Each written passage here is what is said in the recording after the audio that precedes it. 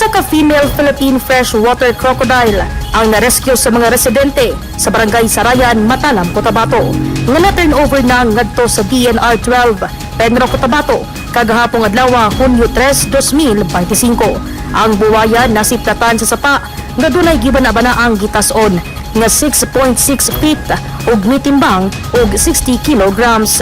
Gireport dayon kini sa mga residente ngadto sa mga opisyal sa barangay.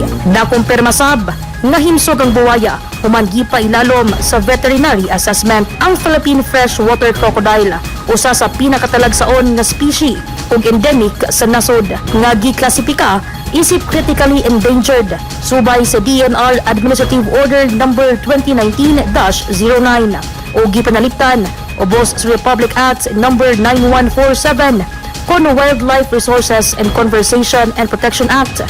Gumikan sa mga hulga sa pagkawala sa ilang puyanan ingon man sa kalihukan sa mga tawo. Karong adlaw Hunyo 4, girilis sab sa Ligwasan Marsh sa Kabakan, Cotabato ang buwaya. Dai Zalibong, Newsline Philippines, Province of Cotabato. Stay safe!